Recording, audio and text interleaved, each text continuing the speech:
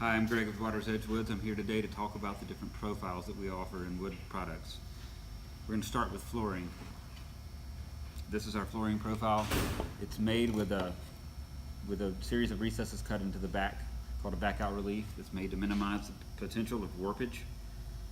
We meticulously set up our machines such that when our flooring is made, one piece gets stapled down on top of the tongue, and the next piece that comes in is essentially locked in place by it without lifting it off the ground.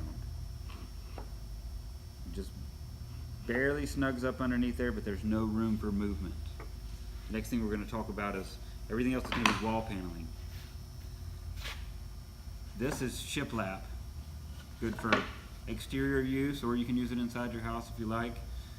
It's a 1x8 with a rabbet cut from both sides, one from the front, one from the back, and they literally just lap over one another. This product needs to be face nailed to be properly secured to your wall. Some people don't like to see the nails, so that leads you to products that don't involve visible nails. This is nickel gap. This is made with a tongue that's more elongated on one side than the other. It's applied to the wall with putting nails diagonally through the top of the tongue,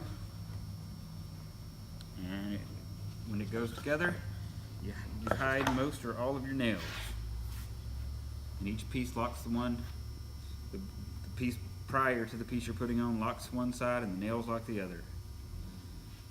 This is V-joint. It's a center match V-joint product. It's reversible, and it's nailed the same way, just a nail diagonally from the tongue. Each piece locks together. This is a center match tongue and groove, which means that it's reversible.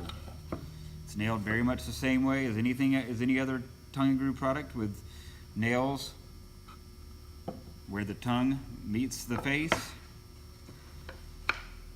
It goes together one way, goes together the other way, reversible. This is our nickel gap profile. It's made with a very elongated tongue and a stop.